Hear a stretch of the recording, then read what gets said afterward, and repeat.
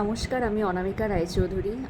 আমি গৌতম শাস্ত্রী ওনার কাছে astrological prediction নিয়েছিলাম এবং দাদাকে আমি অনেক বছর ধরেই চিনি। তবে যবে থেকে দাদার কাছ থেকে আমি প্রেডিকশন নিয়েছি আমার নিজের সম্বন্ধে এবং আমার রিলেটিভ, আমার দাদা, আমার বোন, যাদের সম্বন্ধেই নিয়েছি, দাদার প্রেডিকশন একদম অ্যাকিউরেট হয়।